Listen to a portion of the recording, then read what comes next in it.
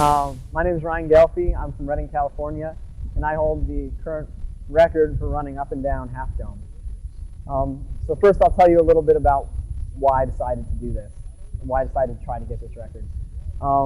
My family's been coming to Yosemite for a long time, and they always talked about how my uncle used to do half dome, running up and down. He did it this one morning. He did it in 3 hours and 45 minutes.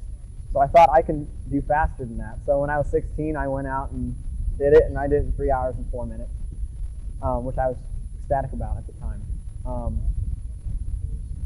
So then I kept doing it year after year.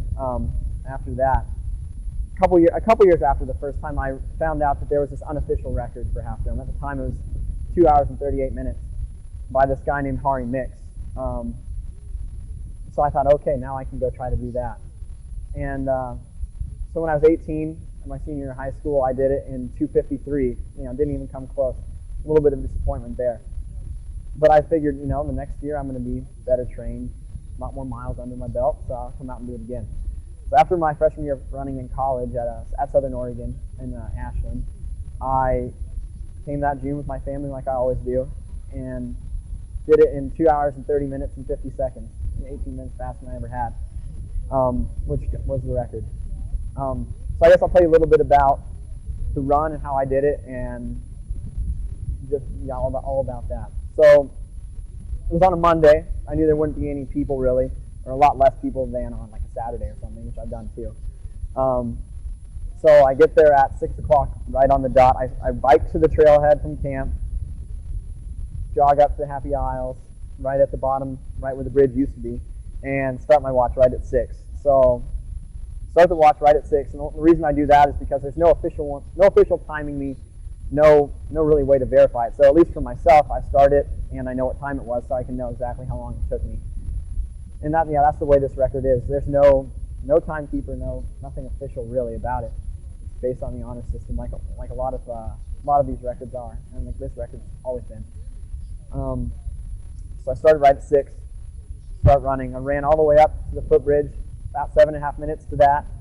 Got to the steps on right before Vernal Falls, which are tremendously steep. I don't know if you even want to call it a run when I was doing it at that point. It was just as fast as I could go. And then the same thing with the stairs right before Nevada Falls too. Really, really hard stairs. And at that point, I get to the top where that bathroom is, take the left. It was about 34 minutes at that point, and ran up and over into Little Yosemite Valley, which that's great. It's flat and you can really, really run. Recover from all those stairs to get ready for the next part. And you take the left up into the forest, and I'm still running all over this point, all the way to the junction with Clouds Rest to your right, Half Dome up to the left. I got there in like 1 hour. And at that point, still running all the way up to the base of the first dome, where this is this is the hardest part. And the first dome and the cables, that section, the very top of Half Dome, is tremendously steep. And you've already done all of the Half Dome before that point. And so basically hiking, running as fast as I can up the first dome, grabbed some gloves, went up the cables as fast as I could, crest over, past the cables up over to the top of the mountain, and see into Yosemite Valley all the way back down where I started, and then just turned around, right? No waiting or anything.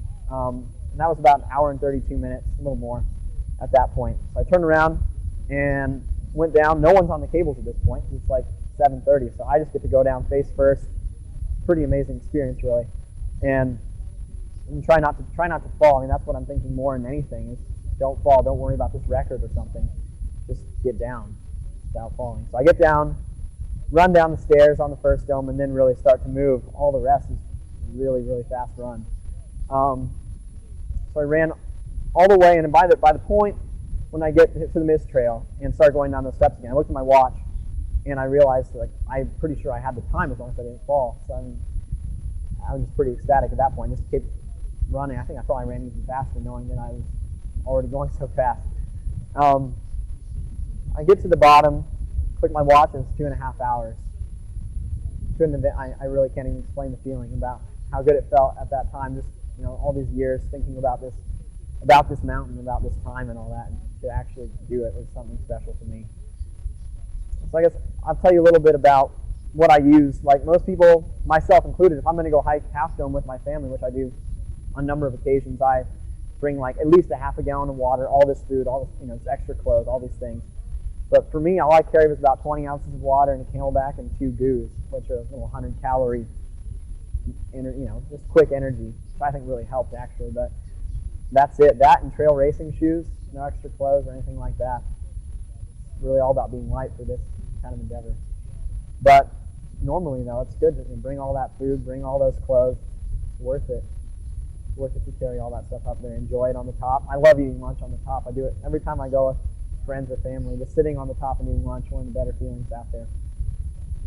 And really, any of us who get to go up on Half Dome and be on those cables or just be able to look out over this expanse of granite and these giant canyons, you can't even imagine how these things got there, and these glaciers that must have been huge. It's just such a special experience for all of us to be able to go out there and do that. I applaud anyone who goes up there and makes the attempt and gets up to the top of that mountain. And also, I hopefully someone down the road will come out there and go break this record. I know they will, because there's definitely a lot of people out there who can. And we'll keep getting it faster and faster. So I'll come back out there once it does and hopefully try to go faster again myself.